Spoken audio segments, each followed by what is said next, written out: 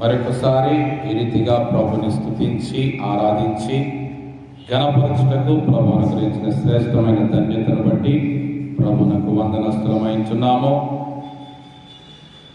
ఈ దినము కొరకైనటువంటి వాక్య సందేశము గడిచిన వారము ప్రభు బోధించిన సందేశానికి కంటిన్యూగా ప్రభు యేసుక్రీస్తుకు మరియు శిష్యులకు మధ్య జరిగినటువంటి సంభాషణను ఈ దినమున మనం ధ్యానిస్తుంటున్నాము.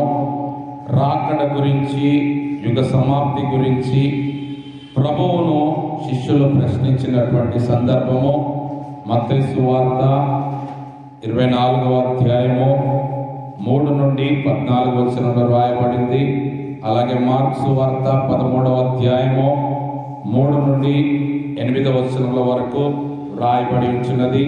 అలాగే లూకా సువార్త 21వ అధ్యాయము 7 నుండి 9వ వచనముల వరకు కూడా రాయబడినట్టుగా మనం ధ్యానిస్తూ ఉంటున్నాము.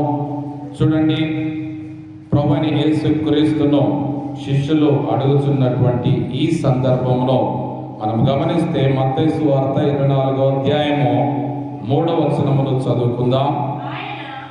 ఆయన ఒలీవ కొండ మీద కూర్చుండి ఉన్నప్పుడు శిష్యులు ఆయన యొద్దకు ఏకాంతముగా వచ్చి, ఇవి ఎప్పుడు జరుగునో, నీ రాకడకును ఈ యుగ సమాప్తికి నీ సూచనలేవి మాతో చెప్పుమనగా. మొదటి మాట ఎప్పుడు జరుగునో, ఇవి ఎప్పుడు జరుగునో. ప్రభు అయినటువంటి యేసుక్రీస్తు ఆ దేవాలయం నుండి బయలుదేరి ఒలీవ కొండ మీదికి వచ్చి అక్కడ కూర్చుండి ఉన్నప్పుడు శిష్యులు ఆయన యొద్దకు ఏకాంతముగా వచ్చి, ఆయన ఒంటరిగా ఉంటున్నప్పుడు ఏకాంతముగా వచ్చి శిష్యులు ప్రభువుని అడుగుతూ ఉంటున్నారు, ప్రశ్నిస్తూ ఉంటున్నారు. ఎంతమంది శిష్యులు? ఎంతమంది శిష్యులు? ఆయనకి ఎంతమంది అంటే 12 మంది. ఇప్పుడు అడగడానికి వచ్చిన వారు ఎంతమంది?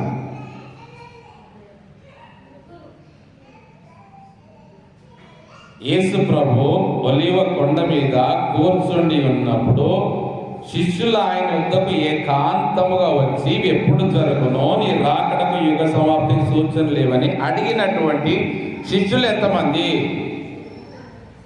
3. ఎక్కడుంది సమాధానానికి? మళ్ళీ ఆధారం ఉండాలి కదా. ఇప్పుడు కానీ 3 ఏర్పాటు చేసుకున్నాడు కాబట్టి ఆ 3 అయి ఉంటారు. 12 మందిలో 3 ప్రత్యేకించబడిన వారు కాబట్టి వారే అయి ఉంటారు. అనుకుంటే కాదు, రాసి ఉండాలి.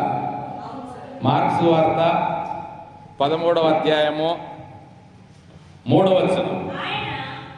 ఆయన దేవాలయం ఎదుట ఒలీవల కొండ మీద కూర్చుండి ఉండగా పేతురు, యాకోబు, యోహాను, ఆంద్రేయ అనువారు ఆయనను చూచి. ఎందరు వచ్చారు? 4 వచ్చారు. 4 అడుగుతున్నారు. 12 మంది శిష్యుల్లో మరి 4కి ఏమవసరం? మిగతా 8 మందికి అవసరం లేదా? 12 మంది శిష్యులు ఉన్నప్పుడు 12 వచ్చి అడిగితే 12 తెలుసుకుంటే మంచిది కదా. 4 మాత్రమే వచ్చారు ఇక్కడ. ఎవరెవరు అనగా పేతురు, యాకోబు, యోహాను. ఈ 3 ఎప్పుడుండేవారే, కానీ ఇంకొకరు యాడ్ అయ్యారు. ఎవరంటే ఆంద్రేయ. ఈ 4 కూడా వచ్చి ప్రభువుని ఏ సమయంలో అడుగుతున్నారు? ఏకాంతముగా దేవాలయం ఎదుట ఒలీవల కొండ మీద కూర్చుండి ఉండగా ఏకాంతముగా. ఏకాంతం అంటే ఒంటరి, అర్థం ఒకటే, అర్థం ఓకే, ఒంటరిగా. ఏకాంతముగా, ఎవరు లేని ప్రదేశం.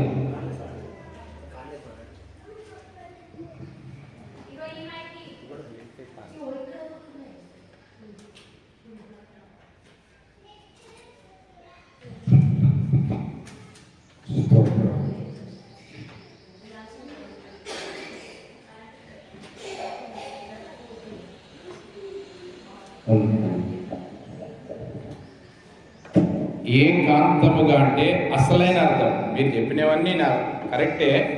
అసలైన నిర్వచనం ఏంటంటే కాంతము లేని ప్రదేశము ఏకాంతం.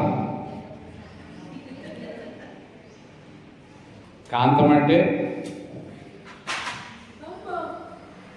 అంటే స్త్రీ. ఎందుకు అంటే స్త్రీ ఉంటే డిస్టర్బెన్స్ అక్కడ. ఏకాంతం అంటే ఏ డిస్టర్బెన్స్ లేనిది. అందుకే అయస్కాంతము, ఆకర్షించున్నది, డిస్టర్బ్ చేయున్నది.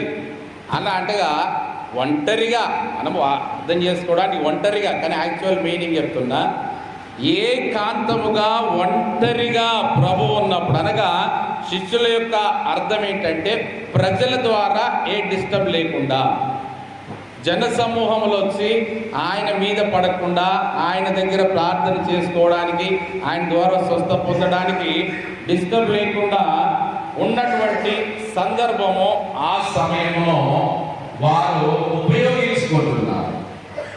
యేసు ప్రభు దగ్గర ఉన్నటువంటి ఆ శ్రేష్టమైన ఏకాంతమైన సమయాన్ని శిష్యులు ఉపయోగించుకొని ఏమంటున్నారు అంటే, ప్రభు చెప్పాడు కదా, రాయి మీద రాయి ఒకటేనను ఇక్కడ నిలిచి ఉండకుండా పడద్రోయబడనని చెప్పారు కదా ప్రభువా.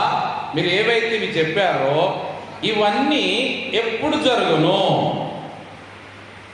నీ రాకడకును ఈ యుగ సమాప్తికి సూచనలు ఏంటివి అని వారు అడుగుతుంటున్నారు. గమనించండి, మన ప్రభు అయినటువంటి యేసుక్రీస్తు ఎప్పుడు కూడా బోధించడానికి సిద్ధముగా ఉన్నవాడు. ఎప్పుడు కూడా ఎవరు అడిగినా కూడా కాదనకుండా వారి యొక్క ప్రశ్నలకు, వారి యొక్క మాటలకు, వారికి సమస్తమును కూడా బోధించడానికి ఆయన ఇష్టపడుతుండేవాడు. కావాలని అడిగిన వారికి తగిన రీతిగా సమాధానం ఇచ్చేవాడు. నేర్చుకోవాలని అడిగే వారికి పూర్తిగా నేర్పించేవాడు. అందుకే ఆయన ఒక్కటే మంచి బోధకుడు. ప్రభువైన యేసుక్రీస్తు ఒక్కడే మంచి బోధకుడు, మంచి గురువు. మనం ఏది నేర్చుకోవాలనుకున్నా, ఏ బోధ కావాలనుకున్నా కేవలం ప్రభువైన యేసుక్రీస్తు దగ్గర మాత్రమే దొరుకుతుంది. ఎందుకు మరి ఆయన అడిగారు అంటే, భూత భవిష్యత్ వర్తమాన కాలంలో జరిగిన, జరుగుతున్న, జరగబోయే ఏ సంగతులైనా కూడా తెలియపరచగలిగిన వాడు ఆయన ఒక్కడు మాత్రమే. హల్లెలూయా. ఎందుకంటే ఆయన సృష్టికర్త. ఆయన ద్వారానే యుగంలో, కాలంలో సమస్తము కూడా సృజింపబడి ఉంటున్నాయి. ఆయన లేకుండా ఏది కూడా కలగలేదు. సమస్తమును ఆయన మూలముగా కలిగెను, ఆయన లేకుండా ఏది కలగలేదు. కాబట్టి జరిగినదైనా, జరుగుతున్నదైనా, జరగబోన్నదైనా, అది ఏదైనా కూడా ఆయన ద్వారా మాత్రమే. దాన్ని గుర్తించారు శిష్యులు. అందుకే వారు ఏమంటున్నారంటే, ఇవి ఎప్పుడు జరుగుతాయి ప్రభువా? ఒకవైపు యూదులేమో, మేము 46 సంవత్సరములు కష్టపడి మా పితరులు ఇంత శ్రేష్టమైన దేవాలయం కడితే, నీవేమో ఈజీగా సింపుల్గా దాన్ని కూలగొట్టండి 3 రోజులు కడతానంటున్నారు కదా, ఇది ఎప్పుడు జరుగుతుంది? అది వారి యొక్క అర్థం. ప్రశ్న, మేము ఎప్పుడు చూస్తాం ఇవి? మీరు చెప్తున్న రీతిగా భవిష్యత్తులో ఇవి జరుగుతాయి అంటున్నారు కదా, ఎప్పుడు జరుగుతాయంటే ప్రభు ఏమని చెప్తున్నాడంటే, ఆయన మాత్రం ఎందుకు చెప్పగలడంటే, ఆయన మాత్రమే అన్ని కాలములలో కూడా ఉన్నవాడు. హల్లెలూయా. నేను ఉన్నవాడను, నేను గతించిన కాలంలో ఉన్నాను, ఇప్పుడు మీతో ఉన్నాను, ఇక ముందు కూడా మీతో ఉంటాను. నేను లేకుండా మీరు లేరు, నేను లేకుండా సృష్టి లేదు, నేను లేకుండా కాలం లేదు. మీ యొక్క ప్రతి అనుభవంలో మనం అనుకోవచ్చు, కొన్నిసార్లు ఏమనుకుంటామంటే, నాకు ఈ వేదన కలిగినప్పుడు, నాకు ఈ దుఃఖము కలిగినప్పుడు, నాకు ఈ బాధ కలిగినప్పుడు నన్ను ప్రభు విడిచిపెట్టాడని మనం అనుకుంటాం. ఒకానొక సందర్భంలో ఒక భక్తుడు కూడా ప్రభునందు చాలా విశ్వాసము కలిగిన వాడు, దేవుడంటే భయభక్తులు కలిగిన వాడు. ఎలాగంటే, ఉదాహరణ చెప్పాలంటే యోబు లాంటి జీవితం కలిగిన వాడు. అలాంటి వాడు ప్రభునందు నిద్రించాడు, పరలోకానికి వెళ్ళాడు. వెళ్ళాక ప్రభువును ప్రశ్నిస్తున్నాడంట. ఆయన యొక్క జీవిత కాలం అంతా కూడా ఒక దగ్గర దూతలు ప్లే చేస్తున్నారు, ఒక వీడియోలా అర్థం కావడానికి. నువ్వు ఎలాగ జీవించావో చూడు, నీ జీవిత కాలం ఎలా ఉంటుంది అంటే, ఆయన రక్షింపబడినది మొదలుకొని, బాప్తిసం తీసుకున్నది మొదలుకొని ప్రతి దినము కూడా ప్రభువుతో నడిచిన వాడుగా ఉన్నాడు. చనిపోయేంత వరకు కూడా ప్రభువుకు నమ్మకస్తుడిగా ఉన్నాడు. అయితే ఆ సందర్భాన్ని వాళ్ళు ఎలాగో చిత్రీకరించారంటే, తీరము వెంబడి ఇద్దరు వ్యక్తులు నడుచుకుంటూ వెళితే పాదముద్రలు ఎలాగ పడతాయో, వారు నడిచి వెళ్ళిన తర్వాత పాదముద్రలు పడినప్పుడు, ప్రభువా ఇదిగో నేను మంచిగా ఉన్నప్పుడు, నేను సంతోషంగా ఉన్నప్పుడు నా వెంట నీవు వచ్చావు, నాతో పాటుగా నీ పాదముద్రలు కూడా ఉన్నాయి, మన ఇద్దరం కలిసి ప్రయాణం చేశాము, నీవు నన్ను ఎప్పుడు విడిచిపెట్టలేదు. కానీ కొద్ది దూరం తర్వాత ప్రభువా, మరి నా ఒక్కడి పాదముద్రలు ఎందుకు కనబడుతున్నాయి? ఆ ప్రక్కన నీ పాదముద్రలు లేవు, నువ్వెందుకు నన్ను విడిచిపెట్టావు? నేను బాధల్లో ఉన్నప్పుడు, నేను దుఃఖంలో ఉన్నప్పుడు, నేను కష్టంలో ఉన్నప్పుడు నాకెవరు లేరు, అలాంటి సమయంలో నీవు నాకు తోడున్నావని నేను ఆశిస్తే, నేను ఒక్కడినే శ్రమపడ్డాను, వేదన అనుభవించాను, భరించలేని స్థితిలో ఒక్కడిని దాటుకుంటూ వెళ్ళాను, మళ్ళా కొద్ది కాలానికి సమస్యలన్నీ వెళ్ళిపోయాక మళ్ళా నువ్వు నా వెంట వచ్చావు ప్రభు అని అడుగుతున్నాను.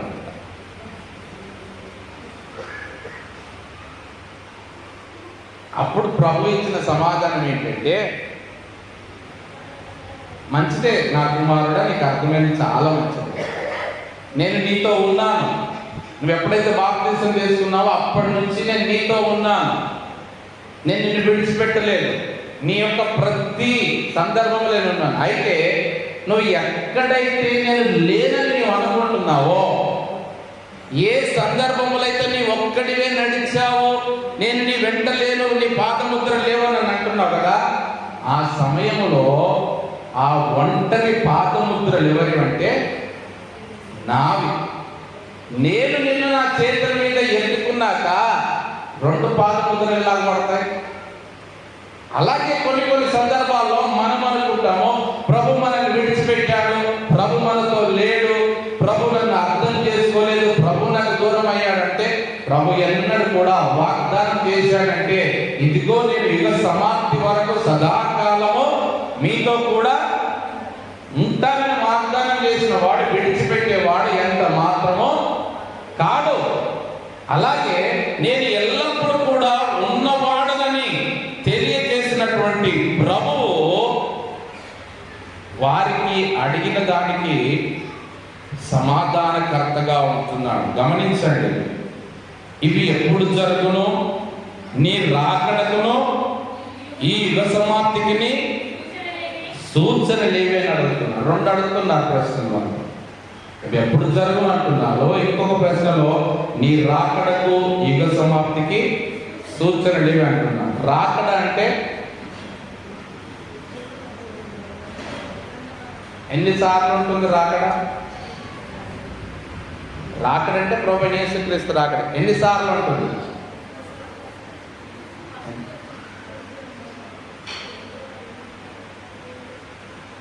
ఒక్కసారి వచ్చాడు, మొదటి రాకడ అయిపోయింది. ఇప్పుడు దేని కొరకు ఎదురు చూస్తున్నాం? రెండవ రాకడ కొరకు ఎదురు చూస్తున్నాం. కానీ ఆ రెండవ రాకడలో రెండు రాకడలు ఉన్నాయి. రెండవ రాకడలో కూడా రెండు రాకడలు ఉన్నాయి. ఒకటి సంఘము కొరకు వచ్చే రహస్య రాకడ, రెండవది బహిరంగ రాకడ. రెండో రాకడ కొరకు ఎదురు చూస్తున్నాం, మంచిదే. కానీ సంఘం కొరకు రహస్య రాకడ ఒకసారి జరుగుతుంది, సంఘం ఎత్తబడ్డానికి. రెండవది 7 ఏళ్ల పరిపాలన భూమి మీద జరగవలసినది, అది జరిగాక ముగించబడ్డాక మరలా ఎత్తబడేది, అది రెండవ రాకడ, బహిరంగ రాకడ అంటారు. కాబట్టి ఈ 3 రాకడలు జరగాల్సింది. ఒక రాకడ జరిగిపోయింది, రెండో రాకడలో మొదటి ఘట్టం జరగాలి, తర్వాత రెండో ఘట్టం కూడా జరగబడుతుంది. గమనించండి, ఈ రహస్య రాకడ మరలా 2 రకాలు.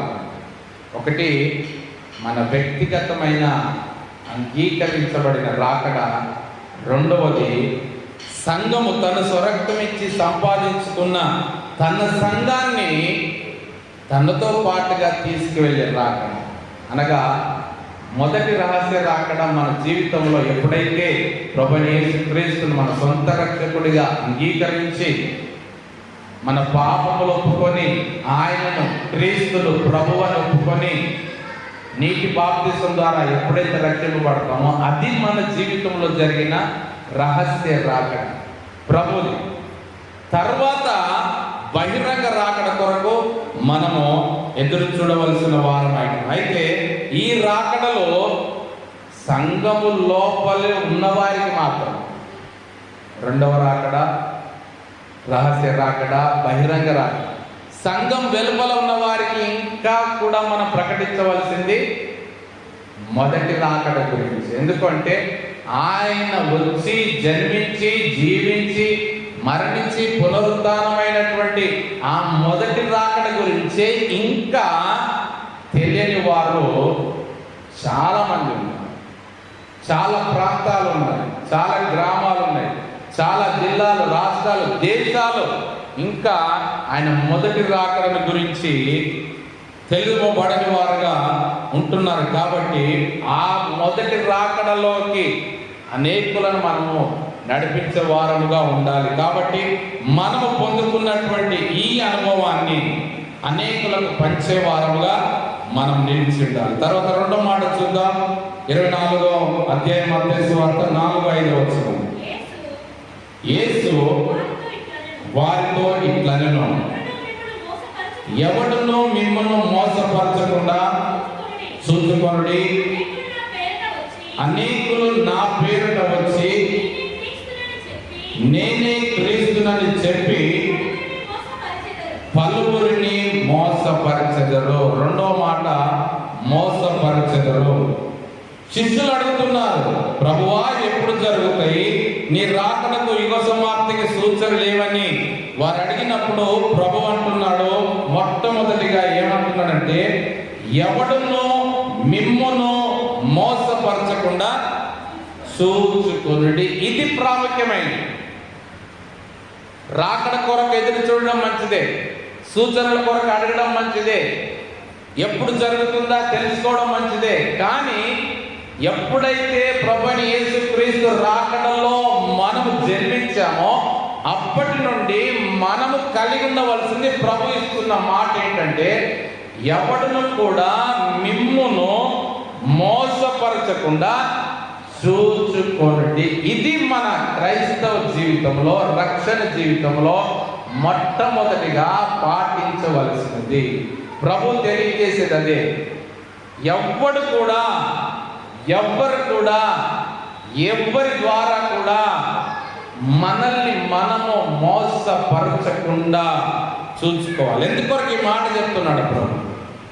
ఎవడును కూడా మిమ్మల్ని మోసపరుచుకోకుండా చూసుకొని మనం ఎందుకు చెప్తున్నాడంటే, లోకములో ఉన్న వారందరిలో నమ్మకస్తులైన వారు ఎంతమంది? నమ్మదగిన వారు ఎంతమంది ఉన్నారా? లోకములో ఎవరు కూడా నమ్మదగిన వాడు లేడు. మనము నమ్మదగని వారమైనను కూడా పౌలు గారు అంటారు తిమోతికి రాసిన పత్రికలో, మనము నమ్మదగని వారమైనను మన ప్రభు మనకు నమ్మదగిన వాడుగా ఉన్నాడు అంటారు. హల్లెలూయా. మనం ఎలాంటి వారం అంట? నమ్మదగని వారము, నమ్మకానికి పనికిరాని వారము, నమ్మదగని వారం అయినటువంటి వారమైనా కూడా ప్రభు మాత్రము మన ఎడల నమ్మదగిన వాడిగా ఉంటున్నాడు. నిజంగా ఆయన మనల్ని నమ్మకపోతే, ఆయన మన మీద నమ్మకం కలిగి ఉండకపోతే అంత శ్రేష్టమైన రక్షణ భాగ్యం మనకు ఎందుకు అనుగ్రహిస్తాడు? మనకు అనుగ్రహించబడిన రక్షణ పాత్ర కాపాడుకుంటామనే నమ్మకంతో ఇస్తున్నాడు. రక్షణ పాత్ర మనకు ఆ రక్షణ అనుభవము, తన కుమారత్వము, తన పిల్లల అధికారాన్ని మనకు ఎందుకు ఇచ్చాడంటే, మనం నమ్మదగిన వారు కాకపోయినప్పటికీ కూడా మన మీద ఆయన కలిగి ఉన్న నమ్మకాన్ని బట్టి ఇచ్చాడు. మనం మోసం చేస్తామా, మనం వాడుకుంటామా, మనం అమ్ముకుంటామా, అది కాదు. మొదటగా ఆయన మనం నమ్మాడు కాబట్టి మనకి ఇచ్చాడు. దానిని మనం జాగ్రత్త చేసుకోవాలి. అది ప్రభువు కోరేది మన నుండి. ఎవడు కూడా మిమ్మల్ని మోసపరచకుండా చూసుకోండి. ఎందుకు? లోకములో ఎవరు నమ్మదగిన వారు లేరు. ఎవరు కూడా నీతిమంతులు లేరు. ఒక్కడు కూడా లేడంట. చూడండి, రోమీయులకు రాసిన పత్రిక 3వ అధ్యాయము 10, 11, 12. ఇందును గూర్చి రాయబడినదేమనగా, నీతిమంతుడు లేడు, ఒక్కడును లేడు, గ్రహించువాడెవడునూ లేడు, దేవుని వెదుకువాడు ఎవడునూ లేడు. అందరూ త్రోవ తప్పి ఏకముగా పనికి మాలిన వారైరి, మేలు చేయువాడు లేడు, ఒక్కడైనను లేడు.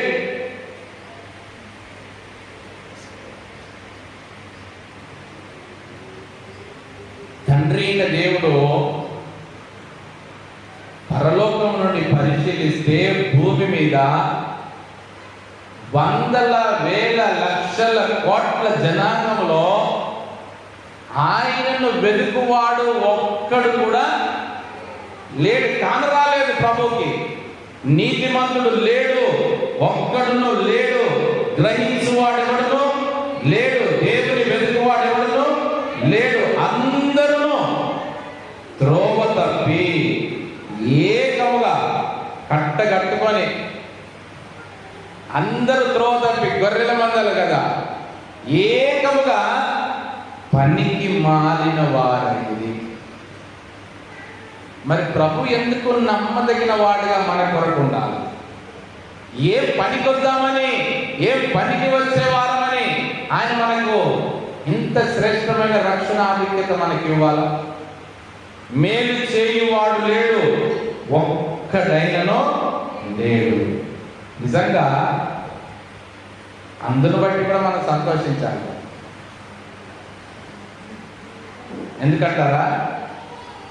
ఎవ్వడు లేడు కాబట్టే ప్రభువైన యేసుక్రీస్తును మన కొరకు తండ్రి పంపించాడు. హల్లెలూయా. ఎవ్వరు లేరు కాబట్టే, ఏ వ్యక్తి కూడా పనికిరాని వాడు కాబట్టే, ఇదిగో నా కుమారుని పంపిస్తున్నానని ఇచ్చాడు. అందును బట్టి మనం ధన్యులమయ్యాం. లేకపోతే ఆయన వచ్చేవాడు కాడు. మరి ఇలాంటి పరిస్థితిలో, ఇలాంటి లోకంలో ఉంటున్నారు కాబట్టి ప్రభు చెప్తున్నాడు, జాగ్రత్త కలిగి ఉండండి. ఎవరు కూడా మిమ్మల్ని మోసపరచకుండా చూసుకోనండి, గ్రహించండి.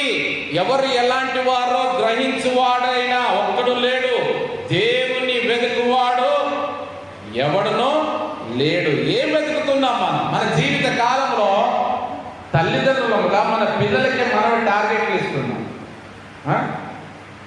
నీ లైఫ్ ఇది, నీ గోల్ ఇది, నువ్వు ఇంటర్మీడియట్లో ఇంత డిస్టింక్షన్ రావాలా, ఇంత పర్సంటేజ్ రావాలా. నిన్న మేము ఒక ఫ్యామిలీ దగ్గరికి వెళ్ళాం, ప్రేయర్ చేయడానికి వెళ్తే ఆ పేరెంట్స్ బాధ ఏంటంటే, పిల్లడు బాగా చదవట్లేదండి, ఇంటర్మీడియట్ సెకండ్ ఇయర్, పిల్లోడు ఇంట్రెస్ట్ పెట్టట్లేదు. తల్లిదండ్రుల గోల్ చూడండి. పిల్లలకి లక్షలు ఖర్చు పెట్టి చదువుతున్నారు, మంచిదే. కానీ మరి పిల్లల్ని ఇబ్బంది పెడితే, నిన్న అదే ప్రార్థన చేసి చెప్పడం జరిగింది ఏంటంటే, పిల్లల్ని ఇబ్బంది పెట్టకండి. వారిని ఇబ్బంది పెడితే వాళ్ళు చదవగలిగింది కూడా పరీక్షలో రాయలేని పరిస్థితి. ఎంతసేపటికి మరి మనము మన పిల్లలకు టార్గెట్లు ఇచ్చి, గోల్స్ ఇచ్చి, ఇది కొట్టాలి, అది కొట్టాలి అని తప్ప దేవుని గురించి గ్రహించే అనుభవం ఎంతవరకు నేర్పిస్తుంది?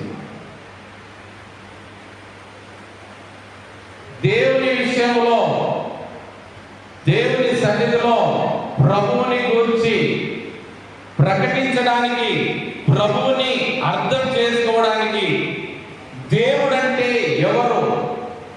ఆయన ఎందుకొరకు వచ్చాడు, ఆయన ద్వారా ఏం జరిగింది, ఆయన గురించి మనము బోధించే వారముగా, నేర్పించే వారముగా. అందుకే అన్నాడు, మన పితరులకి ప్రభు తెలియజేశాడు, మీ గోడల మీద రాసి పెట్టండి, రాతి పలకల మీద రాసి పెట్టండి ధర్మశాస్త్రంలోని ఆజ్ఞలన్నింటినీ కూడా. మీ యొక్క నుదుట బాసికముల వలె ఉండాల, మీ చేతులకు పలకల వలె ఉండాలి. ఎందుకు? వాటిని మీ పిల్లలు చదవగలరు, అవి మీ పిల్లలకు నేర్పించబడాలి, అవి మీ పిల్లలు పాటించగలగాలి. వారు చదివినప్పుడు వారు అడగాల, ఇదెందుకు ఇలా రాయబడింది, ఇదెందుకు చేస్తున్నాం. అందుకే ముందే చెప్పాడు ప్రభు, పస్కా పండుగ ఎందుకు ఆచరిస్తున్నామో కూడా మీ పిల్లలకు చెప్పండి అంటాడు. ఎందుకంటే మీరు ఐగుప్తులో ఉన్నప్పుడు, దాసత్వంలో ఉన్నప్పుడు ఆ పస్కా బలి అర్పించినప్పుడే మనం విడుదల చేయబడ్డామని పిల్లలకు తెలియాలి. ఒకవేళ కనుక అలాగా పిల్లల్ని పెంచుతూ వస్తే ప్రభు ఈ మాట రాయించేవాడు కాదు. దేవుని వెతుకువాడు ఒకడు కూడా లేడు అని రాయించేవాడు కాదు. మంచిదే, మనము మానవులముగా లోకంలో జన్మించాము, జీవిస్తున్నాము, పోషించుకోవాలి, సంరక్షించుకోవాలి, కుటుంబాన్ని కట్టుకోవాలి, కష్టపడాలి, చెమటోడ్చాలి, రక్తం చెందించాలి, అన్ని చేయాలి. కానీ ప్రభు అడిగేది ఏంటంటే, అందులో దశమ భాగము సమయమైనా నా కొరకు వెచ్చిస్తున్నారా? మీకు అనుగ్రహించబడిన సమయము, కాలము, ధనము, దశభాగం అంటే ఎంతసేపటికి ధనమే కాదు, సమయము కూడా నన్ను గ్రహించడానికి వెచ్చిస్తున్నారా? నేనెవరో తెలుసుకున్నారా? నా ప్రేమేంటో తెలుసుకున్నారా? నేను ఎందుకొరకు వచ్చానో తెలుసుకున్నారా? నన్ను అనుసరించేవాడు ఎలా ఉండాలో తెలుసుకున్నారా? నాతో పాటుగా నేను మిమ్మల్ని ఎక్కడికి తీసుకెళ్తానో అది తెలుసుకున్నారా? ఇవన్నీ ఎప్పుడు గ్రహించగలుగుతారు, ఇవన్నీ ఎప్పుడు నేర్చుకోగలుగుతారు అంటున్నారు. ఎందుకు ప్రభు అంటే, తామే నీతిమంతులమని నా పేరిట అనేకులు వచ్చి మిమ్మల్ని మోసపరిచెదరు. ఏ విషయంలో మీరు మోసపోకుండా జాగ్రత్తగా ఉండాలి అంటే, అనేకులు కూడా నా పేరిట వచ్చి నేనే క్రీస్తునని చెప్పి పలువురిని మోసపరిచెదరు. నేనే క్రీస్తునంట, నేనే యేసు ప్రభునంట, నా ద్వారానే ఈ సూచక్రియలు జరుగుతున్నాయి అంటారు. నేనే ఎదురు చూస్తున్న యేసు ప్రభుని నేనే అని చెప్తారు. ఇలాగా నా పేరు పెట్టుకొని అనేకులు మీ దగ్గరికి వస్తారు. ఇవన్నీ కూడా ప్రభు సూచనలు ఇస్తున్నాడు. ఎప్పుడు జరుగుతాయంటే, యుగ సమాప్తి ఎప్పుడు జరుగుతుంది అంటే, రెండవ రాక ఎప్పుడు జరుగుతుంది అంటే, మొదటగా ఇవన్నీ హింట్స్ ఇస్తున్నాడు, సూచనలు ఇస్తున్నాడు. నా పేరట అనేకులు వచ్చి నేనే క్రీస్తునని చెప్పి పలువురిని మోసపరుస్తారు, క్రీస్తు పేరిట ఆకర్షిస్తారు, అద్భుతముల ద్వారా ఆకర్షిస్తారు, వారికి మేలుకరమైన ప్రయోజనములను కలిగించడం ద్వారా ఆకర్షిస్తారు, వారికి కావలసిన అవసరతలు తీర్చడం ద్వారా ఆకర్షిస్తారు. ఇలాంటి వారు మీ దగ్గరికి వచ్చినప్పుడు మీరు మోసపోకుడి.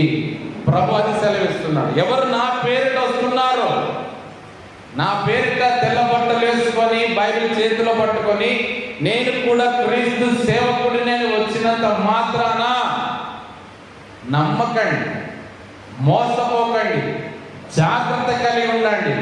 ఎవరు సేవకుడు, ఎవరు పరిచారకుడు, ఎవరు నిజమైన సేవకుడో గుర్తించమని ప్రభు కోరుతున్నాడు. అందుకే చూడండి, యోహాను రాసిన మొదటి పత్రికలో తెలియచేయబడుతున్న మాట, మొదటి పత్రిక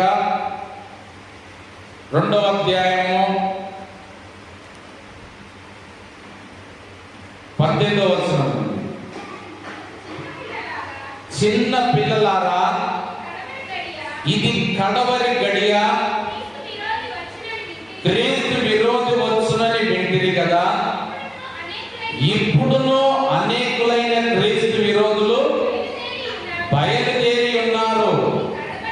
ఇది కడవరి గడి అని దీని చేత తెలుసుకొనుచున్నాము. వారు మనలో నుండి బయట వెళ్ళిరి కానీ వారు మన సంబంధులు కారు. వారు మన సంబంధులైతే మనతో కూడా నిలిచియుందురు. అయితే వారందరూ మన సంబంధులు కారని ప్రత్యక్షపరచబడినట్లు వారు బయలు వెళ్ళిరి. అయితే మీరు పరిశుద్ధుని వలన అభిషేకము పొందిన వారు గనుక సమస్తమును ఎరుగుదురు. హల్లెలూయా. ఎవరు సమస్తం ఎరుగుతారట?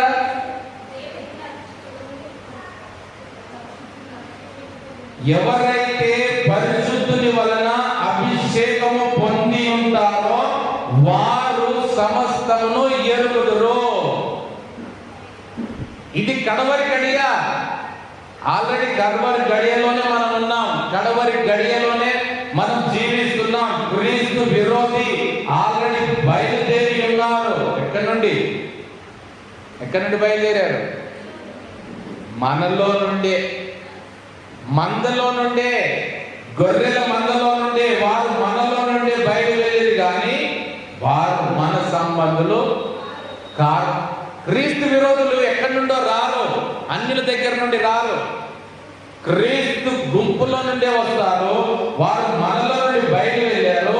వారు మన సంబంధులైతే మనతో కూడా నిలిచిండు. అయితే వారందరూ మన సంబంధులు కారని ప్రత్యక్షపరచబడినట్టు వారు బయటికి వెళ్ళిపోయారు. వారు క్రీస్తు విరోధులై ఉంటున్నారు. మరి మనం ఎలాగ వారిని గుర్తిద్దాం? ఎలాగ వారిని మనం గుర్తించాలి? వారి యొక్క సూచన ఏంటంటే గమనించండి. క్రింద రాయబడిన మాట, మీరు సత్యం ఎరగని వారైనందున నేను రాయలేదు కానీ మీరు దానిని ఎరిగి ఉన్నందునో ఏ అబద్ధమునో సత్య సంబంధమైనది కాదని ఎరిగి ఉన్నందునో మీకు రాయిస్తున్నాను. యేసు క్రీస్తు కాడని చెప్పువాడు తప్ప ఎవడు అబద్ధికుడు? తండ్రిని కుమారుని ఒప్పుకొనని వీడే క్రీస్తు విరోధి. కుమారుని ఒప్పుకొనని ప్రతి వాడును తండ్రిని అంగీకరించువాడు కాడు. కుమారుని ఒప్పుకొనివాడు తండ్రిని అంగీకరించువాడు. హల్లెలూయా. ఇది మనకు ఇచ్చిన స్పష్టమైన సూచన. క్రీస్తు విరోధ కాడా మనకు గుర్తెరగాలంటే వారి యొక్క బోధలోనే అర్థమవుతుంది, వారి మాటల్లోనే అర్థమవుతుంది ఎవరు క్రీస్తు విరోధి ఎవరు కాదంటే. ఇచ్చిన సూచన ఏంటంటే యేసు క్రీస్తు కాడని చెప్పువాడు తప్ప ఎవడబద్ధీకుడు? తండ్రిని కుమారుని ఒప్పుకొనని వీడే క్రీస్తు విరోధి. ఇప్పుడు చెప్పండి, క్రీస్తు విరోధులు లేరా? ఉన్నారా? మనలోనే ఉన్నారా? మన మధ్యలో ఉన్నారా? ఎంతమంది లేరు? కుమారుని ఒక్కడిని ఒప్పుకుంటే కాదు, మనకి ఏదైనా బైబిల్ ఆధారం, పరిశుద్ధ గ్రంథమే ఆధారం. తండ్రిని కుమారుణ్ణి ఇద్దరిని ఒప్పుకొనని వాడు క్రీస్తు విరోధి. అది బండ గుర్తు. ఇంకా మళ్ళా వేరే డౌట్ లేదు. కేవలము కుమారుణ్ణి ఒప్పుకొని తండ్రిని అంగీకరించకపోయినా క్రీస్తు విరోధి. కేవలం తండ్రిని అంగీకరించి కుమారుని ఒప్పుకోకపోయినా క్రీస్తు విరోధి. ఎందుకంటే ప్రభువే చెప్పాడు, నేనును తండ్రిను ఏకమై ఉన్నాము. అలాగని చెప్పేసి ఏమంటారంటే తండ్రిని ఒప్పుకుంటే కుమారుని ఒప్పుకున్నట్టే కదా. ఏకమై ఉన్నామంటున్నాడు, కానీ తండ్రిని కుమారుని ఇద్దరిని ఒప్పుకున్నవాడే క్రీస్తు అనుచరుడు.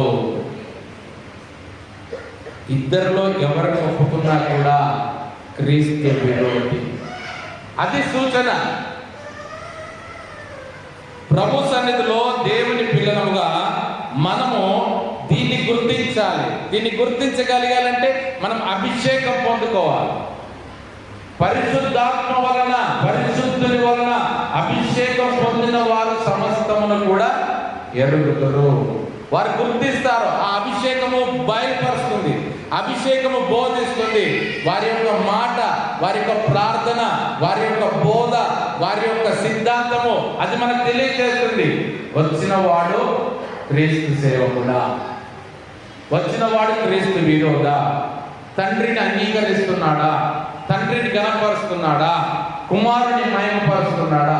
ఇవి అభిషేకము మనకు నేర్పిస్తుంది, మనకు బోధిస్తుంది. వెంటనే మనం అలర్ట్ అయిపోయి ఆ క్రీస్తు విరోధులకు దూరంగా ఉండాలి.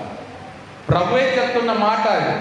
కాబట్టి మనము మోసపోకుండా జాగ్రత్త కలిగి ఉండాలి. ఎందుకంటే ఇలాంటి మీరందరూ కూడా ఎక్కడో లేరు, క్రైస్తవుల్లోనే ఉన్నారు.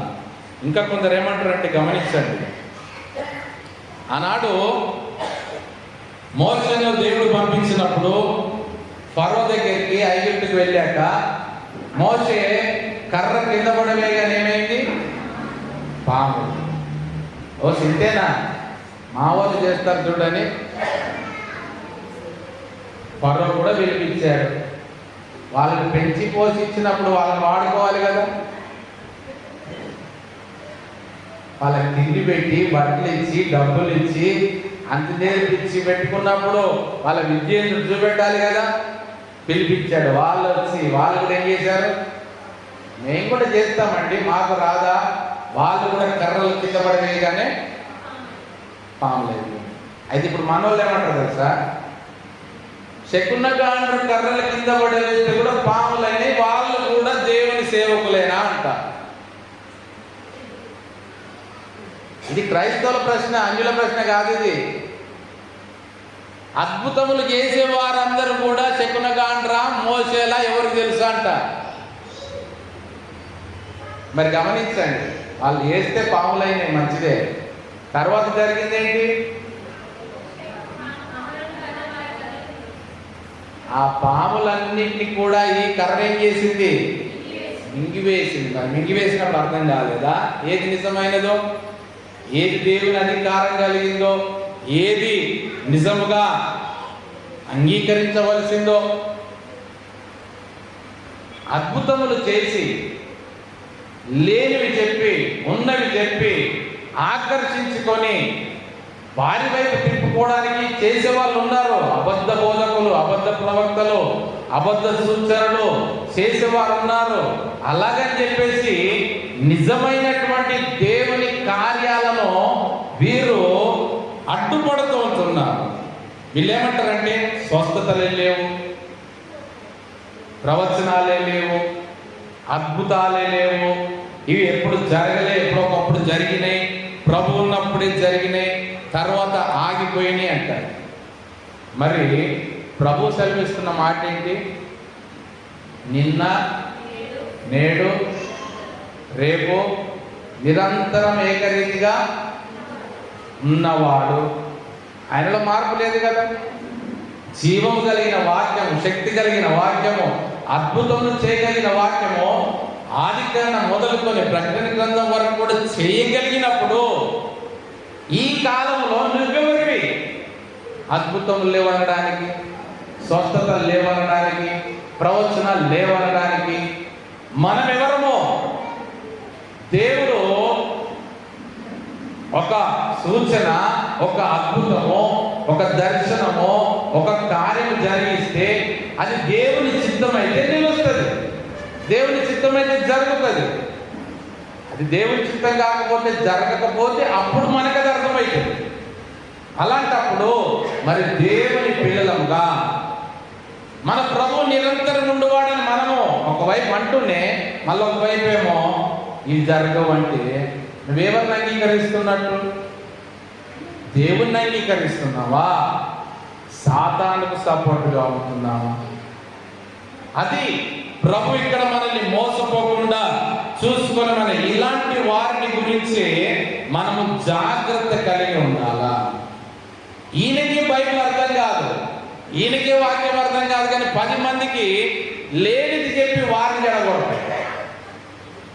అసలు నీకు సిద్ధాంతం ఏంటో నీకే తెలియదు, నువ్వు పట్టుకున్న సిద్ధాంతం ఏంటో నీకే అర్థం కాదు, ప్రభు యొక్క కార్యాలు ఏంటో నీకే తెలియదు, ప్రభు సూచనలు ఏంటివి, ప్రభు ఆత్మశక్తి ఏంటి, ఆ కార్యాలు ఏంటివో నీవే అర్థం చేసుకోకుండా నేను చెప్పిందే కరెక్ట్ అదన్నీ తప్పుడు అని అంటే మొదట నీకు రావాలి మార్గం, మొదట నీకు రావాలి ప్రభుని గురించిన అనుభవ జ్ఞానము. ఆ తర్వాత నీవు సరైన వాడవా, అబద్ధికుడవగా, వేషధారివా, మోసగించేవాడివా నీకే అర్థమైంది. నువ్వు అర్థం ఎదుటికి వస్తే కదా, నీవు అర్థం ఎదుట నిలబడితే నీవేంటో ప్రభువే నీకు బయలుపరుస్తాడు. కాబట్టి ఇక్కడ ఏమంటున్నాడంటే, నేనే క్రీస్తులను నా పేరిట వచ్చి చెప్పేవారిని బట్టి మీరు జాగ్రత్త కలిగి ఉండండి, వారు పలువురిని కూడా మోసపరిచెదరు అంటున్నాడు. తర్వాత మూడో మాట చూద్దాం, చూడండి 6వ వచనము. మరియు మీరు యుద్ధములను గూర్చి యుద్ధ సమాచారములను గూర్చి వినబోదురు, మీరు కలవరపడకుండా చూచుకొనుడి, ఇవి జరగవలసి ఉన్నవి గాని అంతము వెంటనే రాదు. మూడో మాట కలవరపడకుడి. మార్క్స్ వార్త 13వ అధ్యాయము 7వ వచనంలో కూడా ప్రభు సెలవిస్తున్న మాట ఏంటంటే, మీరు యుద్ధముల గూర్చి యుద్ధ సమాచారం గూర్చి విన్నప్పుడు కలవరపడకుడి, ఇవి జరగవలసి ఉన్నవి కానీ అంతము వెంటనే రాదు. ప్రభు సెలవిస్తున్న మాట ఏంటంటే, ఇవన్నీ చెప్తున్నాడు. నా పేరిట వస్తారు, మోసపరుస్తారు, నేనే క్రీస్తుని అంటారు, నా పేరిట అద్భుతములు చేస్తారు, నా పేరిట సువార్త ప్రకటిస్తారు, నా పేరిట అన్ని జరిగిస్తారు, కానీ మీరు కలవరపడకండి. మీరు యుద్ధముల గురించి వింటారు, యుద్ధ సమాచారముల గురించి వినబోతారు, మీరు వింటారు. ఇప్పటికి కూడా వింటూనే ఉన్నాం, వింటారు లేదా? యెరూషలేములో ఇప్పటికీ కూడా యుద్ధం జరుగుతూనే ఉంది, వాటి గురించి వింటారు. అయినప్పటికీ కూడా మీరు కలవరపడకుడి, కలవరపడకుండా చూసుకొనుడి. ఇవన్నీ జరుగుతాయి, ఇవన్నీ వింటారు కానీ, ఇవన్నీ జరగవలసి ఉన్నవి కానీ అంతము వెంటనే రాదు. కొందరు ఏమనుకుంటారంటే, తొందరగా వచ్చేస్తే అయిపో బాగుండు. ఏంటి అంత తొందరగా వచ్చేస్తే అయిపోయి బాధలను ఉండకపోయేది. ఈ కష్టాలు, ఈ నష్టాలు, ఈ శ్రమలు ఇవన్నీ ఎందుకు?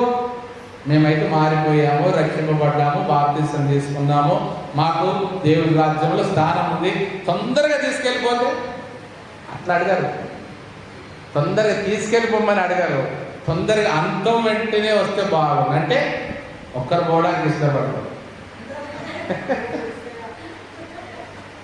పోతే అందరూ పోవాలా.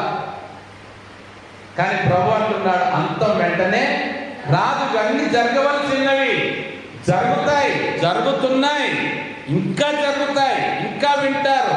కానీ మీరు ఎలాంటి నిశ్చల స్థితిలో ఉండాలి అంటే కలవరపడకుండా చూసుకోవాలి. కలవరపడకుడి, ఏ విషయంలో కూడా కలవరపడకుడి. యుద్ధములు జరుగుతున్నాయి, కరువులు వస్తున్నాయి, ఇవి కాటకాలు వస్తున్నాయి, ఇవన్నీ జరగబోతున్నాయని విన్నప్పుడు వినండి, కానీ కలవరపడకూడదు. ఎందుకొరకు కలవరపడకూడదు అంటున్నారు ప్రభు. ఇవన్నీ జరుగుతాయని చెప్పినప్పటికీ కూడా మీ హృదయంలో కలవరపడకుండా చూసుకోండి, కలవరపడకూడదు అని ఎందుకొరకు అంటున్నాడు.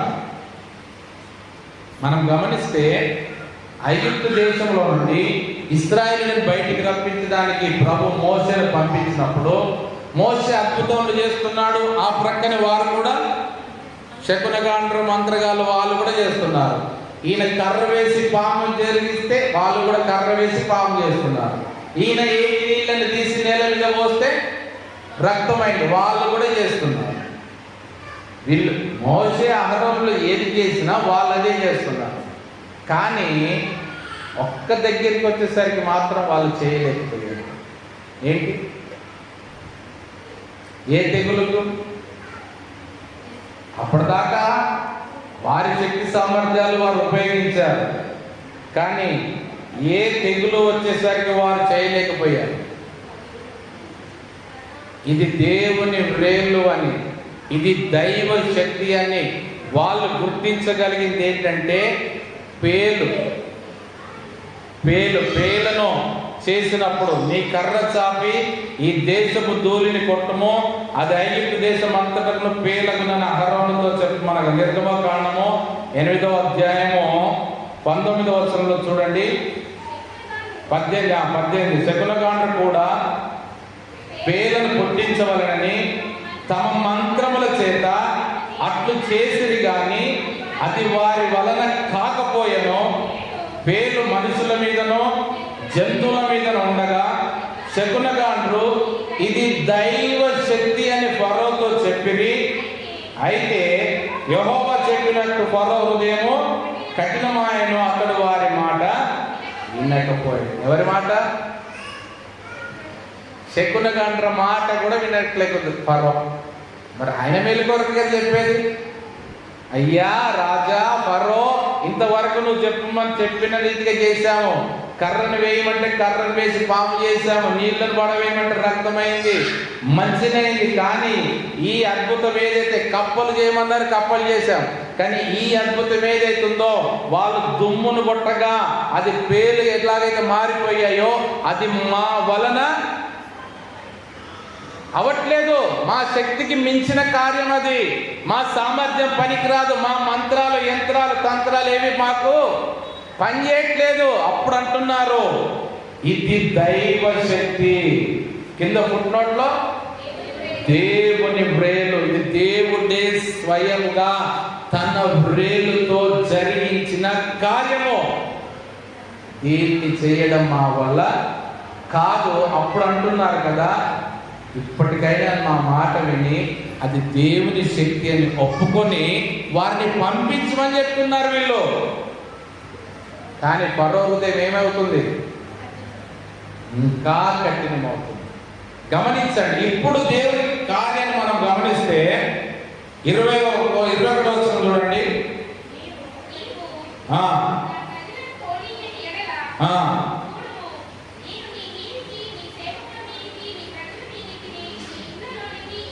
ఈగల గుంపులను పంపెదను, ఐగుప్తుల ఇల్లును వారున్న ప్రదేశమును ఈగల గుంపులతో నిండి ఉండును.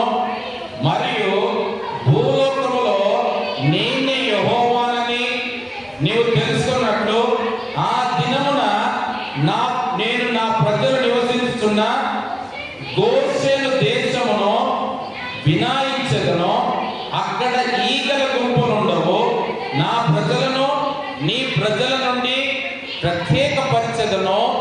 రేపు ఈ సూచక్రియ జరుగునని యెహోవా సెలవిచ్చినట్టు నీవు చెప్పవలెనను. ఇది దేవుని యొక్క ప్రత్యేకమైన కార్యం అంటే చూడండి. ఇప్పటి వరకు కూడా ఇశ్రాయేలు కూడా ఈ తెగుళ్ళతో అనుభవించారు. కానీ ఈ 4వ తెగులు, ఈగల గుంపు తెగులు వచ్చినప్పుడు దేవుడు ఏం చేశాడంటే గోషేను దేశంలో ఉన్నటువంటి ఇశ్రాయేల్ అందరికీ ఒక ప్రత్యేకమైన కాపుదల వేశాడు.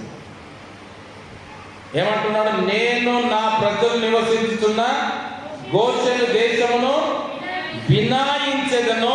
అక్కడ ఈగల గుంపులు ఉండవు. నా ప్రజలను నీ ప్రజల నుండి ప్రత్యేకపరిచెదను. ఇది దేవుని కార్యం అంటే.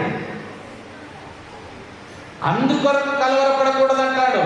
భూమి మీద యుద్ధములు జరుగుతాయి, నష్టములు జరుగుతాయి, కరువులు జరుగుతాయి, కాటకాలు జరుగుతాయి, కరోనా రావచ్చు, వైరస్లు రావచ్చు, ఏమైనా రావచ్చు.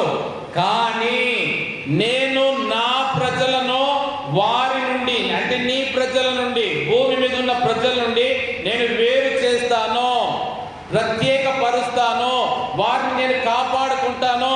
మీ మీద ఈగల గుంపులు ఉంటాయి, కానీ నా ప్రజల మీద ఈగల గుంపులు ఉండవు. ఈగ కూడా వాలడానికి వీలు లేదు. ఒక్క ఈగ వస్తేనే ఎంత కింద మీద చేస్తుంది. ఈగల గుంపులు వస్తే ఇంకేం కావాలా?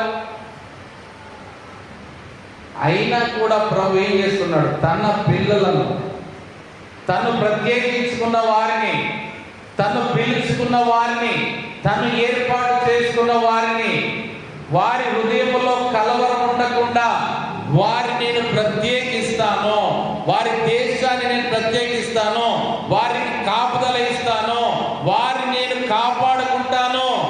కాబట్టి మీరు కలవరపడకండి. సపరేట్ చేయవాడు ప్రభువు, మోషే కాదు, అహరోను కాదు. ప్రత్యేకించువాడు ప్రభువు. నా ప్రజలను నీ ప్రజలలో నుండి నేను ప్రత్యేకించుకుంటాను, నేను గోషేను దేశంలో వినాయించెదను, సపరేట్ చేసేదను, కాపాడుకుంటున్నా అంటున్నాడు. ఇంకా గమనించండి, ఇంకా ఏ రీతిగా శ్రేష్టంగా ప్రభు వీరిని కాపాడుకున్నాడంటే 10వ అధ్యాయం చూడండి. 10వ అధ్యాయం 22వ వచనము, నిర్గమకాండము. అందుకు యెహోవా మోషేతో, ఆకాశం వైపు నీ చెయ్యి చాపము, ఐగుప్తు దేశం మీద చీకటి చేతికి తెలియనంత చిక్కని చీకటి కమ్మునను. మోషే ఆకాశం వైపు తన చెయ్యెత్తినప్పుడు ఐగుప్తు దేశమంతయు 3 దినములు గాఢాంధకారమాయెను. 3 దినములు ఒకరినొకడు కనుగొనలేదు. ఎవడునో తానున్న చోట నుండి లేవలేకపోయెను. అయినను ఇశ్రాయేలీయులకందరికీ వారి నివాసములలో వెలుగుండెను. గట్టిగా చప్పట్లు కొట్టి ప్రభువుని కనపరుచుదాం. ఎంత శ్రేష్టమైన కార్యం చూడండి. ప్రభు తన ప్రజలను ఏ రీతిగా ప్రత్యేకించుకుంటాడో చూడండి. ఏమంటున్నాడంటే, మోషే తన చెయ్యి ఆకాశం వైపు చాపినప్పుడు ఐగుప్తు దేశం మీద చీకటి చేతికి ఎంత తెలియనంత, తెలియనంత కాదు, తెలియనంత అంటే నువ్వు ఇట్లా గుప్పిట్లో పట్టుకోగలవు అంత చీకటి, చిమ్మ చీకటి. అంటే 3 దినముల వరకు కూడా వారు కూర్చున్న స్థలంలో నుండి పైకి లేవు. ఎందుకు? వాళ్ళ ఇంట దీపాలు లేవా? కిరోసిన్ లేదా? అగ్గిపెట్టెలు లేవా? కాగడాలు లేవా? 3 దినముల దాకా దేవుడు చీకటి ఇస్తే, సూర్యుడిని చంద్రుడిని ఆపివేస్తే 3 దినముల దాకా మరి వీళ్ళు ఇంట్లోన్నవి ఏం చేస్తున్నాయి? ఎందుకు ముట్టించుకోలేకపోతున్నారు? ఎందుకో? ఐగుప్తు దేశం అంతా 3 దినములు చిమ్మ చీకటిలో మగ్గిపోయింది. ఈ ప్రాంతం నుండి ఆ ప్రాంతం చూస్తే ఎలా ఉంది? గోషెను దేశము వెలుగులతో నిండిపోయింది. అక్కడేమో వెలుతురు, ప్రతి ఒక్క గృహంలో వెలుతురుతో నిండిపోయింటే ఈ గృహాలు మొత్తం చీకటితో. దానికి సూచనే దీపాల పండుగ.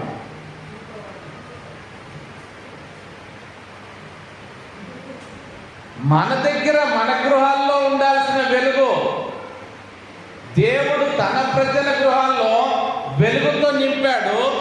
మిగతా వారి గృహాలు చిమ్మ చీకటి. ఎందుకు ముట్టించుకోలేకపోయారంటే ఆ చీకటి ముందట ఇవి ఏ మాత్రం కూడా పనికి రాకుండా అయిపోయింది.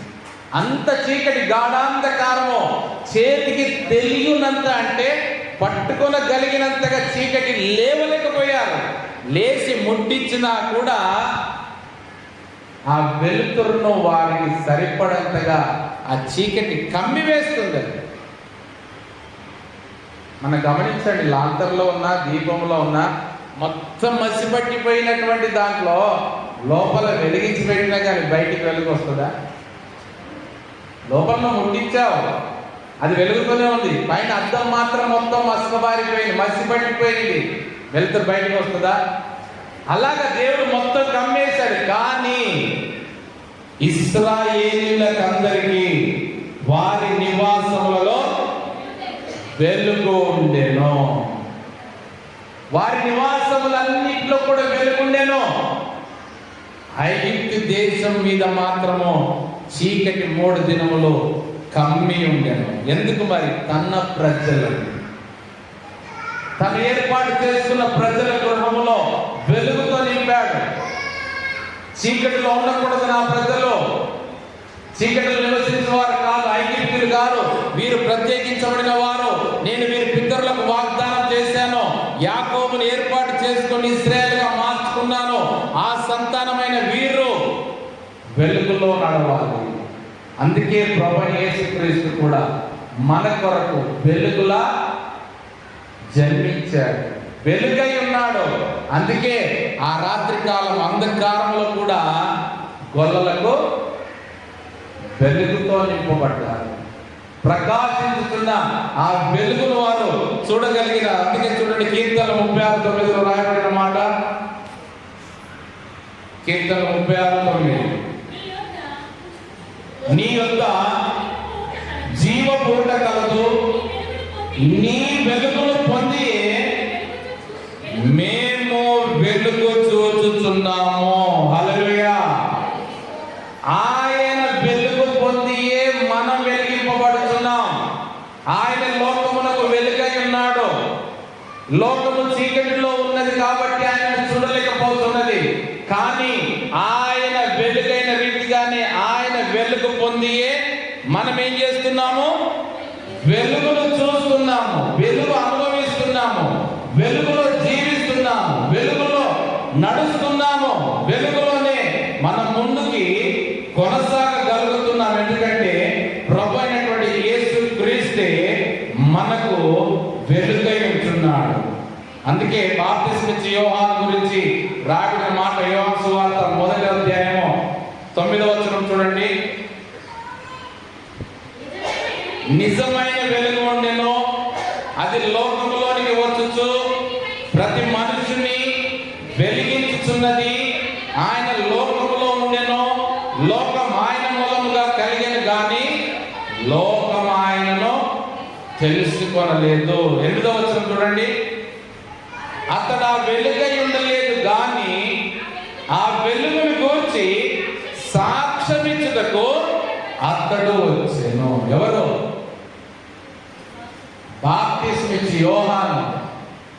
ఆ నిజమైన వెలుగైన యేసుక్రీస్తుని గురించి సాక్ష్యమిచ్చుటకు వచ్చాడు.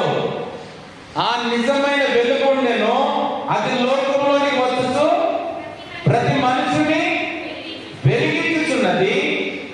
ఆయన లోకములో ఉండెను, లోకం ఆయన మూలంగా కలిగెను కానీ లోకం ఆయనను తెలుసుకోలేదు. ఐగుప్తులు చేసిన పొరపాటే ఇప్పటికీ సర్వ సమాజం చేస్తుంది. గుర్తించలేకపోయారు. మా ఇంటిలో ఎందుకు చీకటి ఉంది, వాళ్ళ ఇంట్లో ఎందుకు వెలుగు ఉన్నది? ఆ దేశము మా దేశము కలిపే కదా, పక్క పక్కనే ఉన్నాయి కదా. వారి గృహములు ఎందుకు వెలుగుతో నింపబడ్డాయి, మా గృహములు ఎందుకు చీకటితో ఉన్నాయి? ఒక్కరోజు ప్రయత్నించారు, రాలేదు. 2వ రోజు ప్రయత్నించారు, రాలేదు. 3వ రోజు ప్రయత్నించారు. ఎన్ని ప్రయత్నాలు చేసినా గృహములో వెలుగు లేకుండా. ఎందుకో? నిజమైన వెలుగు అక్కడ ఉంది. ఆ నిజమైన వెలుగును గ్రహించలేక వీరు చీకట్లో ఉన్నారు. ఆ నిజమైన వెలుగు మన ప్రభువైన యేసుక్రీస్తు కాబట్టి. అందుకేమంటున్నాడంటే యోహాను 14:1 రాయబడిన మాట, మీ హృదయమును కలవరపడనీయకుడి, దేవుని యందు విశ్వాసముంచుచున్నారు, నా యందును విశ్వాసముంచుడి. అందుకే కలవరపడకూడదని ప్రభు చెప్పాడు. ఎవరి యందు విశ్వాసం ఉంచాలట? మనుషుల యందా? మోసే ఆహారం మీద విశ్వాసం ఉంచారు వాళ్ళు. దేవుని యందు ప్రభు చెప్తున్నాడు, మీ అది ఎంతటి చీకటి అంధకారమైన, మిమ్మల్ని ఎంతగా చీకటిలో మగ్గిపోచేసినా, మీకు ఎంతటి వెలుగు ప్రసరింప చేయలేనటువంటిదైనా కూడా మీ హృదయములను మాత్రము కలవరపడనీయకుడి, దేవుని యందు విశ్వాసం ఉంచుడి, నా యందును విశ్వాసం ఉంచుడి. ప్రభు సెలవిస్తున్న మాట అదే. కలవరపడకండి. పరిస్థితులు ఏ రకంగా ఉన్నా, ఏది జరిగినా, ఏది వ్యతిరేకత ఉన్నా, ఏ భారమైనా, ఏ కరువైనా, ఏ యుద్ధమైనా, ఏ నష్టమైనా కలవరపడకుడి. ఇంతవరకు దేవుని మీద విశ్వాసం ఉంచారో ఇప్పుడు నా యందు కూడా విశ్వాసం ఉంచుడి అంటున్నాడు. చివరి మాట చదువుకుందాం. మార్క్స్ వార్త 11వ అధ్యాయము 8వ వచనం నుండి. జనము మీదికి జనమును, రాజ్యం మీదికి రాజ్యమును లేచును, అక్కడక్కడ భూకంపములు కలుగును, కరువులు వచ్చును, ఇవే వేదనలకు ప్రారంభము. 4వ మాట వేదనలకు ప్రారంభము. శిష్యులు అడిగిన దానికి ప్రభు సెలవిస్తూ ఉంటున్నాడు. నీ రాకడ ఎప్పుడయ్యా? నీ రాకడకు యుగ సమాప్తికి సూచనలు ఎప్పుడంటే ప్రభు సెలవిస్తున్నాడు. జనం మీదికి జనమును, రాజ్యం మీదికి రాజ్యమును, అక్కడక్కడ భూకంపములను, కరువులను వచ్చును, ఇవే వేదనలకు ప్రారంభం. కేవలం ఈ ప్రారంభమే. అంటే వేదన కాలము సమీపించినది. ఇవన్నీ మీరు చూస్తున్నప్పుడు మీరు గుర్తించాల్సింది ఏంటంటే వేదనల కాలం సమీపించింది, ప్రారంభమైంది. వేదనలు జరగబోతున్నాయి, శ్రమలు రాబోతున్నాయి, కీడు రాబోతుంది, యేసుక్రీస్తు చెప్పినవి జరగబోతున్నాయి. రెండవ రాకడకు సమీపముగా ఉన్నాము. మనం ఎత్తబడే గుంపులో ఉండాలి. దాని కొరకు విశ్వాసములో స్థిరముగా ఉండాలి. కలవరాన్ని తీసివేయండి. ఎవరిని పడితే వారిని నమ్మకండి, గ్రుడ్డిగా వారిని అనుసరించకండి. నా పేరిట అనేకులు అబద్ధ ప్రవక్తలు వస్తారు, నేనే క్రీస్తునని ప్రకటిస్తారు, నా సూచనలు ఇవని తెలియజేస్తారు. కానీ ఇవి కేవలము ప్రారంభం మాత్రమే. జాగ్రత్త కలిగి ఉండండి అని. ఇంకా చూడండి, ఇంకా క్రిందికి ఏమంటున్నాడంటే, మిమ్మల్ని గురించి మీరే జాగ్రత్త పడుడి, వారు మిమ్మల్ని ఎక్కడికి? సభలకు. ఎందుకు? సన్మానానికి. సభలకు ఎందుకు అప్పగిస్తారంట? సభలకు ఎందుకు అప్పగిస్తారు? మీరు చేసిన పరిచర్యను బట్టి. వారు మిమ్మల్ని సభలకు అప్పగించదరు, మిమ్మల్ని సమాజ మందిరంలో బహుమానాలు ఇవి కొట్టించెదరు. 39 కొరడా దెబ్బలు. పౌలు గారు ఒకటి తక్కువ. ఎన్నిసార్లు?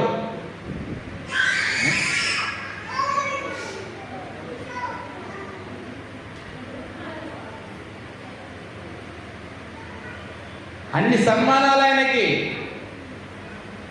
సభలకు అప్పగించెదరు, సమాజ మందిరంలో కొట్టించెదరు.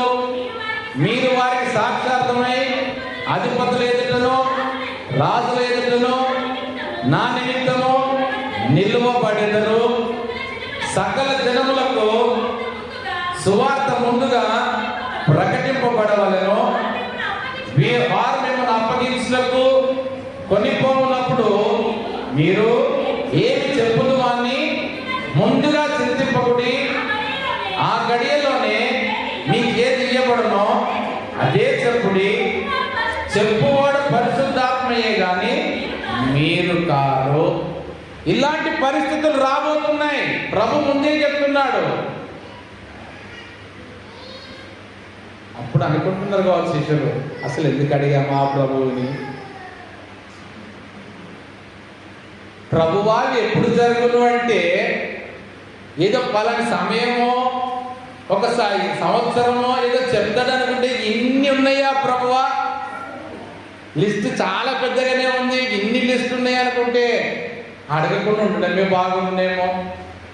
ఇవన్నీ చెప్తున్నాడు ప్రభు. వారు మిమ్మల్ని సభలకు అప్పగిస్తారు, సమాజ మందిరంలో కొట్టిస్తారు, రాజుల ఎదుట అధిపతుల ఎదుట నా నిమిత్తము సాక్షార్థమై నిలబెడతారు, సకల జనములకు సువార్త ముందుగా ప్రకటింపబడవలను, వారు మిమ్మల్ని అప్పగించిన కొనిపోనప్పుడు ఏమి చెప్పుదుమా అని ముందుగా చింతింపకూడదు. అయ్యో ఏం చెప్పుకోవాలా అని భయపడకండి. ఆ సమయమున పరిశుద్ధాత్ముడు ఏది చెప్పాలో మీకు చెప్తాడు, మీకు బయలుపరుస్తాడు. ధైర్యంగా ఉండండి, కలవరపడకుండా ఉండండి. ఎందుకు? మీలో నుండి మాట్లాడేవాడు పరిశుద్ధాత్ముడే. మిమ్మల్ని సభలకు అప్పగించిన, అధిపతుల ఎదుట నిలబెట్టిన, సమాజ మందిరంలో కొట్టించిన భయపడకండి. నా నిమిత్తము సాక్షార్థముగా సకల జనులకు సువార్త ముందుగా ప్రకటించబడాలి. ప్రకటించినందుకు బహుమానములుగా ఇవన్నీ. ఇంకా చూడండి ఎంత ఘోరమైన పరిస్థితులు వస్తాయంటే, సహోదరుడు సహోదరుని, తండ్రి కుమారుని మరణములకు అప్పగింతురు,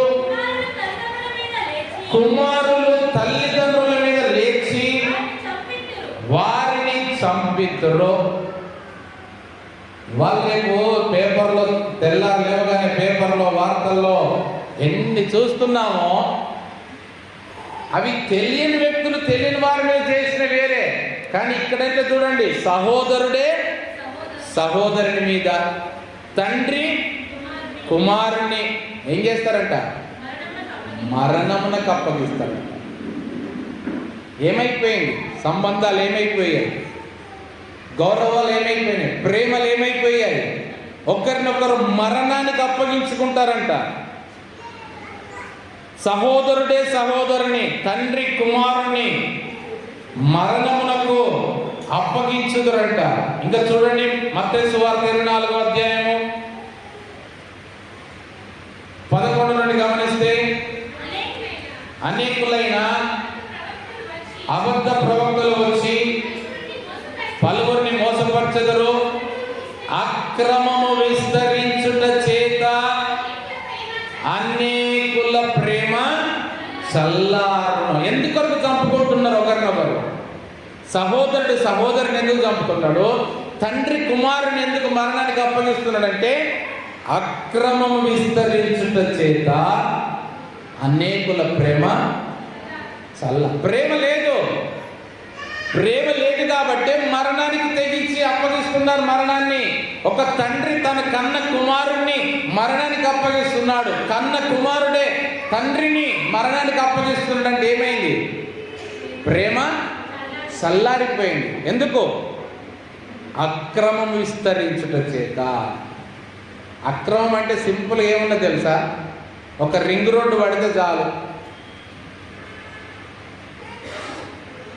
ఒక్క రింగ్ రోడ్డు పడితే 20,000కు ఉన్న ఎకరము ఇప్పుడు 4 కోట్లకు అయ్యేసరికి డబ్బుల కొరకు చంపుకుంటున్నారు.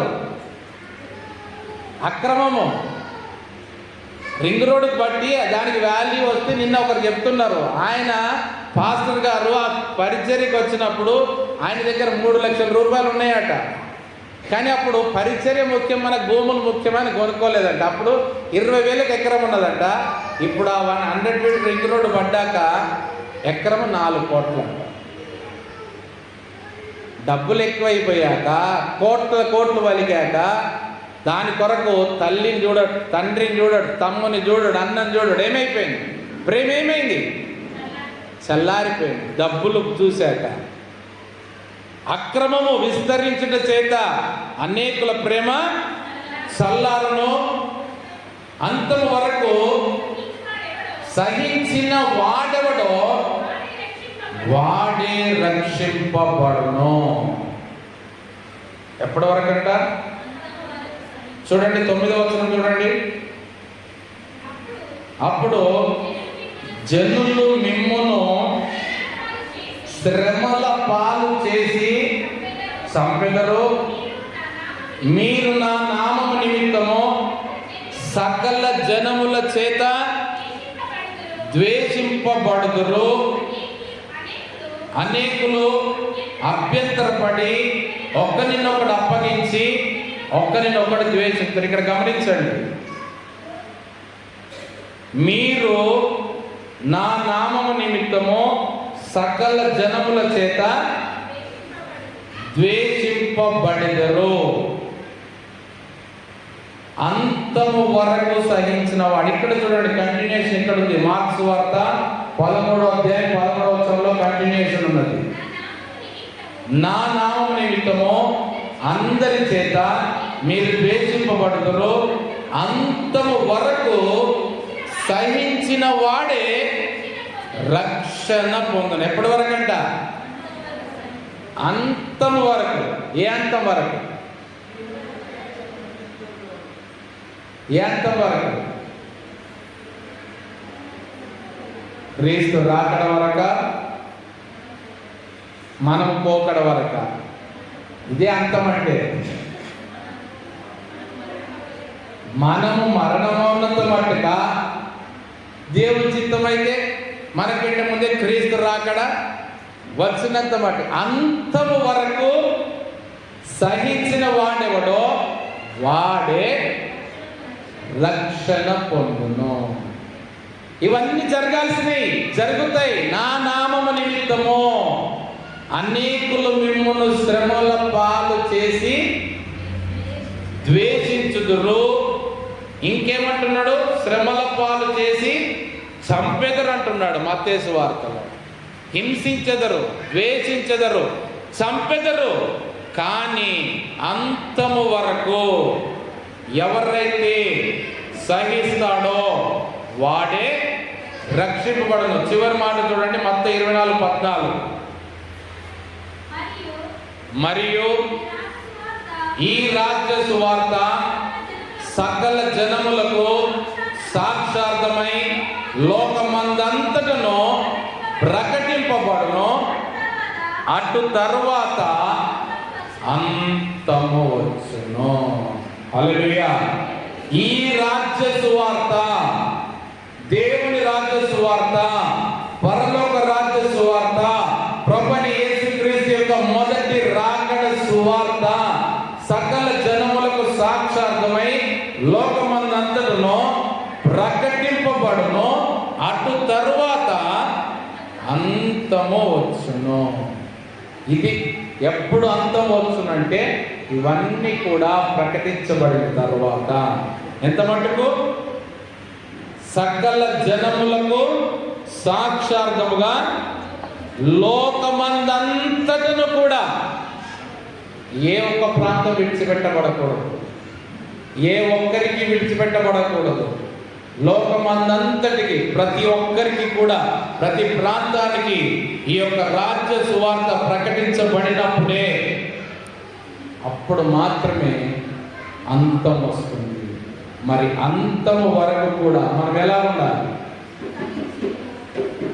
సహించే వారముగా, భరించే వారముగా, కనిపెట్టుకునే వారముగా, కలవరపడకుండా ఉండే వారముగా మనం ఉండాలి. అంతకంటే మిక్కిలిగా మనం చేయాల్సింది ఏంటి? అంతకంటే మిక్కిలి మనం చేయాల్సింది ఏంటి? ఆయన రాజ్య సువార్తను ప్రకటించే వారముగా మనం ఉండాలి.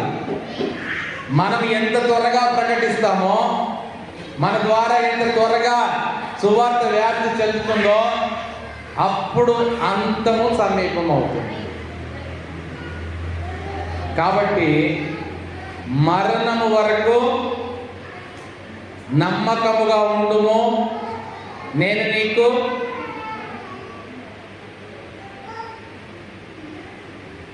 మరణం వరకు నమ్మకముగా ఉండుము, నేను నీకు జీవ కిరీటమిచ్చెదను. ఆయన కొరకు నమ్మకమైన వారముగా నిలిచి ఉండుము గాక. సంఘములతో ఆత్మ చెప్పుతున్న మాట చెవిగలవాడు వినుడు గాక. అందరం తరలి ఉంచుదాం, ప్రార్థన చేసుకుందాం.